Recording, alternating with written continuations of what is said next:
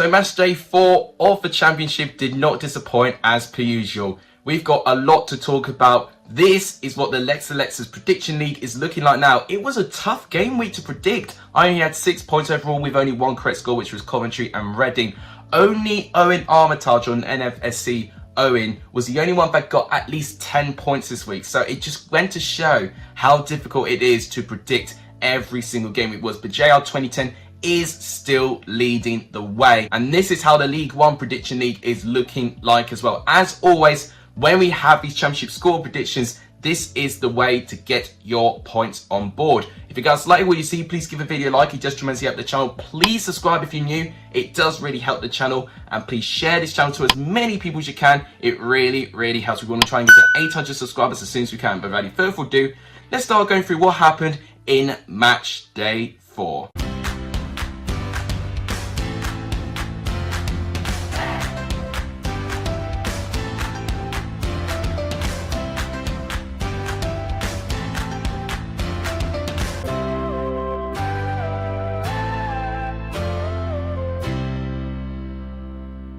So start off in Ashton Gate, where Bristol City just cannot seem to win at home. They lost 1-0 to Swansea, and they've equalled the record, I think a championship record, of a winless run at home. 12 home games that Bristol City have not been able to win at home, which is shocking for their home crowd, and I feel terribly sorry for them. But Swansea pick up their first win of the season, and it was not the cleanest of goals. It was Joel Piero with the goal, winning the ball after a loose ball in the midfield. He charges forward. He has his shot cannon off the post, but he gets the rebound to make it 1-0 to Swansea. But Bristol City weren't awful. For me, they did have some chances, especially from Alex Scott, who had 2 really, really big chances where I felt with just a little bit more experience and composure, I think he could have done better. But Steve Mender in goal is proving to be one of Swansea's most important players. He has produced some fantastic and fine saves for the club already. Overall, I've been really impressed with Swansea for how they managed the game. They managed it terrifically well to keep to that league, and that is going to be an important asset for them if they score first in future games. As for Bristol City, they need to fix their home form as soon as they can. The longer this poor home form goes for, it can really start to alter their season. We now make it to the Kyle Prince Foundation Stadium, and what a game we had on our hands. 2-2 it finished between Queensborough Rangers and Barnsley, and it was a game of 2 halves. Barnsley took the first half. They took a lead from 2 quick goals from Dominic Freezer and Corley Woodrow. And what Barnsley did well overall, they did really well at out-pressing QPR. When they entered the box as well, they were so dangerous and so dangerously clinical. And for what they did, you know, the creativity they had going forward as well, they found that space within that QPR backline and probably showed a bit of vulnerability with Queensborough Rangers' defence, honestly. But Queensborough Rangers are proving to be a really difficult side to beat this year because they have completed a 2-goal comeback, and you've got to give props to Elias Chair. His goal to make it 2-1 was unbelievable. He took a couple of players on, and he did so well to keep the ball, go into the box, no one could get near him, and for his shot to cannon on the inside of the crossbar and in, it's absolutely unbelievable technique. And of course, Charlie Austin, who missed quite a few gilt-edged chances, he managed to score the important one, the equaliser. It was a brilliant cross and a brilliant tap-in to make it 2-2.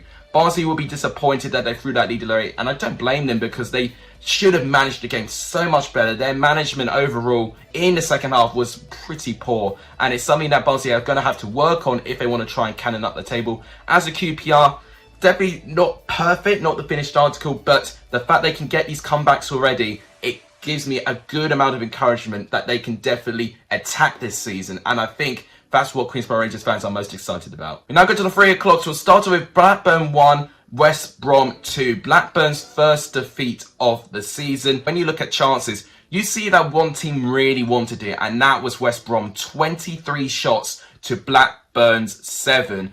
And they really could have scored so many more goals. And Alex Moa scored the goal, well, his first goal, within the first 30 seconds, and it was a terrific volley. West Brom just already, they were just so rampant. They were so ruthless going forward.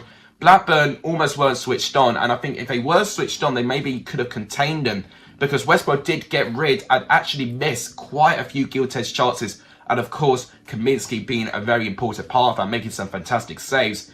Matt Phillips managed to get a goal just before halftime. I felt if West Brom didn't manage to get that goal, I think it would have given Blackburn a bit more of a chance. But fair play to Blackburn. They scored 6 minutes into the second half. Ben Brove to Diaz. it was a lightning fast counter-attack, and Bensound just gets ahead of Sam Johnston and he scores to make it 2-1. But unfortunately, Blackburn just did not create enough going forward to get back into it, and I think that was the biggest problem. It was all West Brom pretty much still trying to increase the lead, and if it wasn't for Kaminsky, they probably would have. Tony Mowbray's teams tend to start well. What really matters now is the transfer window and after the international break. They need to keep this momentum going. If they keep it going, then Blackburn could be on for a good season in their hands. Now in the Vitality, we saw Blackpool and Bournemouth draw by 2 goals each. And once again, a game of pretty much 2 halves. Bournemouth took the first half, more specifically Dominic Solanke, his first goal especially, was terrific work on his part, literally withering through that defence, taking on 3 defenders, and to still have the space and time to get the ball right into the corner past the reach of Maxwell. You've got to give praise to Solanke. He has scored 3 goals so far this season, so he's in contention of a golden boot actually. He's scored his second goal as well. It wasn't as spectacular as the first one, but it was still a great goal, which made it 2-0.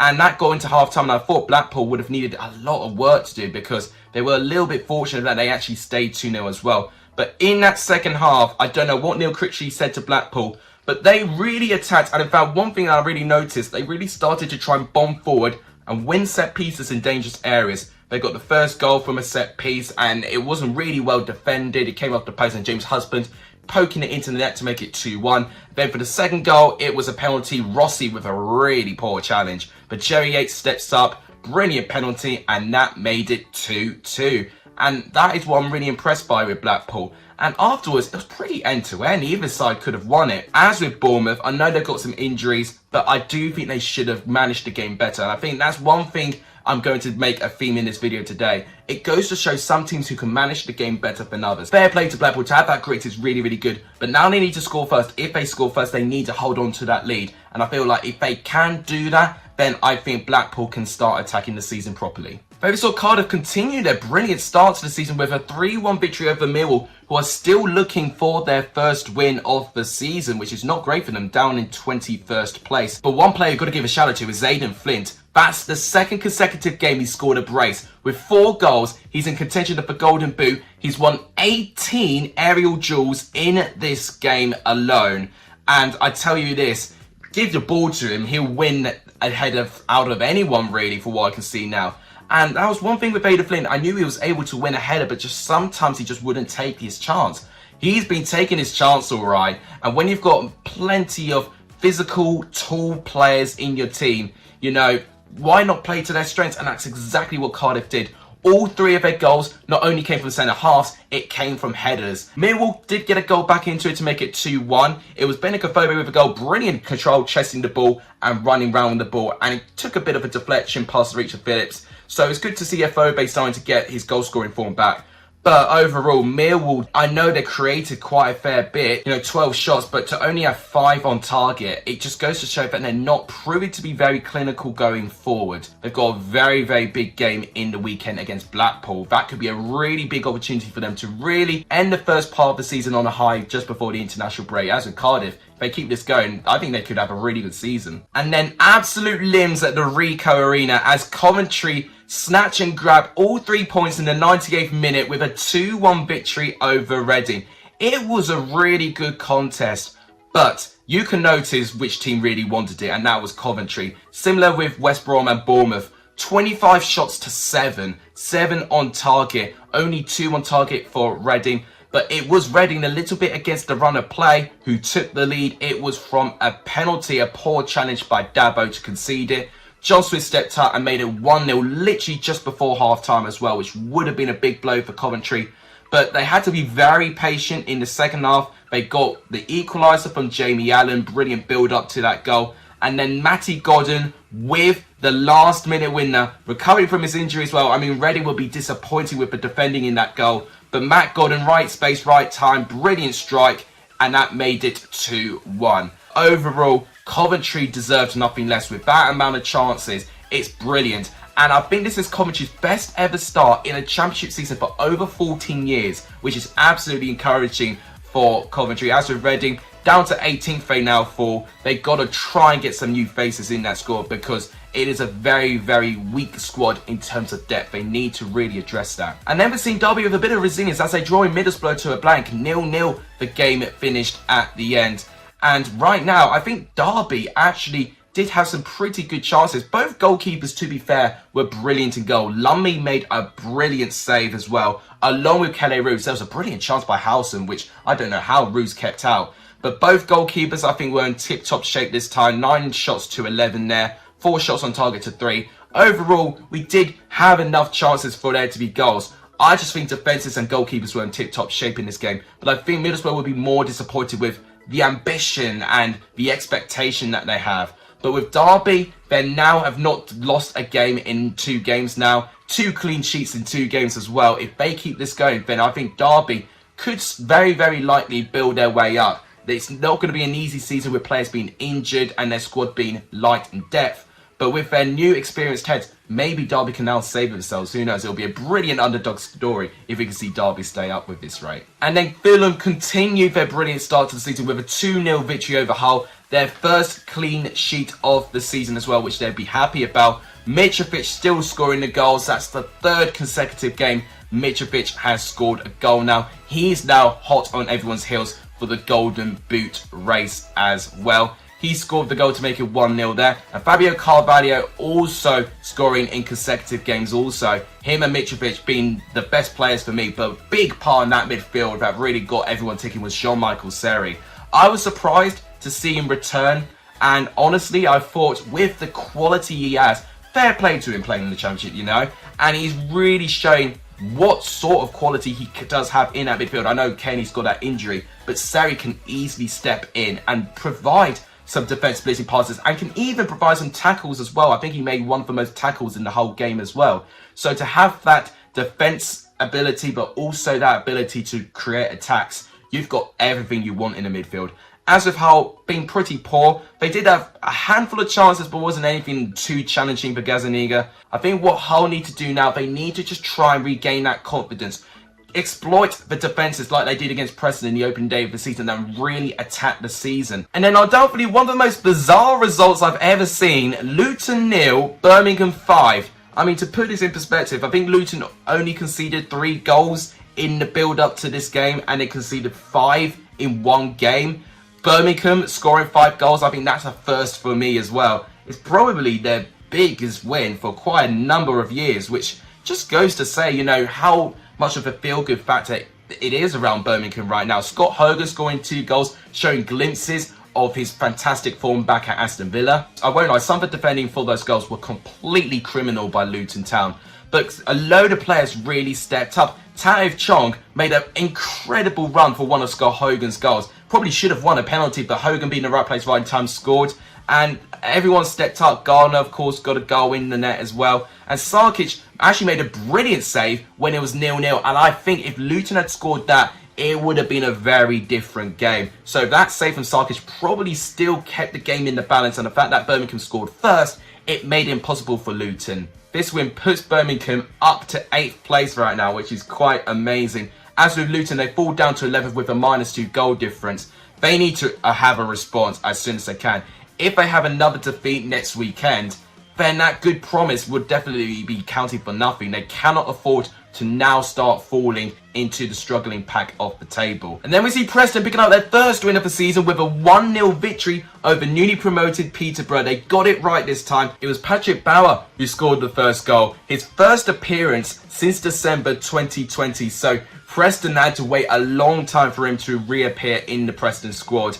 And what an impact. Brilliant free kick by Ledson and brilliant header by Bauer made it 1-0. And I won't lie, I was a bit disappointed with Peterborough. They were a little bit quiet. There was only one moment where I felt that Preston were a little bit in danger. And that was when Siri Kindebele really started to trouble that Preston defence. He got into a position where he had pretty much an open goal.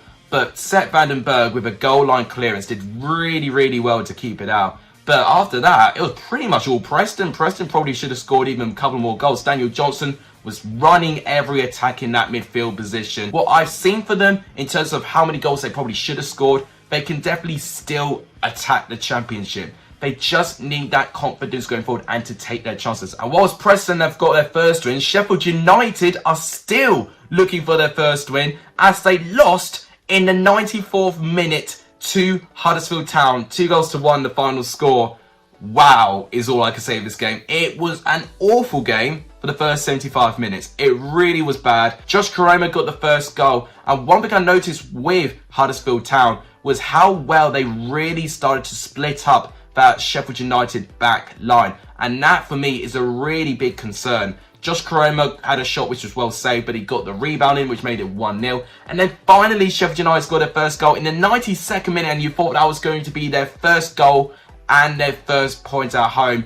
It was Billy Sharp with the goal, which made it 1-1. Brilliant actual strength from Billy Sharp to get past that defence, but they still threw it away in the 94th minute. They defended a corner, but they couldn't clear it, and Levi Colwill, full of space. That defence was shocking in the lead up to that goal, but Colwill couldn't miss. 2-1 the final score, and fair play to Huddersfield. We thought Coventry fans had limbs, but Huddersfield fans had limbs as well. It was absolutely unbelievable. And despite not having the ball, they really attacked the game. I've got to give a lot of credit for Huddersfield Town attacking it in that way. With Sheffield United, just more pressure is going to be mounting on Slavomir Jokanovic. He's really got to try and find some answers, because if he cannot find some answers, it's really going to be difficult to keep his job going into the next international break, because Sheffield United, based on this start to the season, literally very disappointing. And finally, we have Stoke with their best start ever in the Championship with a 1-0 victory. Nottingham Forest now the only pointless side left in the Championship with 4 defeats in a row. This is even worse for what we saw with Sabri Lamucci last year, who turned out to be one of the first managers side. Will Chris Hughton have that same rate soon? I mean, the game wasn't great. We really didn't have anything. Forest didn't have a shot on target. They only had 2 shots in the whole game.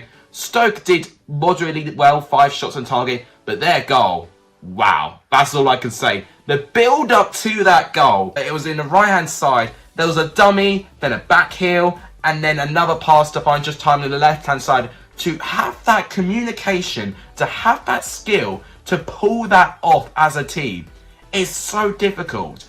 You know, teamwork goals is why they're so special, because you have to rely on so many factors going right, and it did. And it was an unbelievable goal, and they thoroughly deserved the win, Stoke. They've had a brilliant start to the season. As with Forest, they need to do more than this. To have 0 shots on target, not a good sign. So that wraps up my review. This is what the table looks like. So we've got Fulham and West Brom at the top in the playoffs. You've got Stoke, Coventry up to 4th, and then you've got QPR and Cardiff. When you look at the bottom 3 now, it is now Blackpool, Sheffield United, and Nottingham Forest, with those 3 and Millwall being the only 4 sides looking for their first win of the season. So that will have to wrap it up for today's video. I hope you guys enjoyed it. Please make sure you do give the video a like if you did enjoy the video. If you guys want to see more Championship content, please make sure you do hit that subscribe button. It does really help the channel. Let's try and push to 800 subscribers as soon as we can. And please share this channel to as many people as you can. All of that really helps. But that will wrap it up. Thank you guys so much for watching. You guys are legendary for signing in this video. And as always, I'll see you guys very soon. Take care.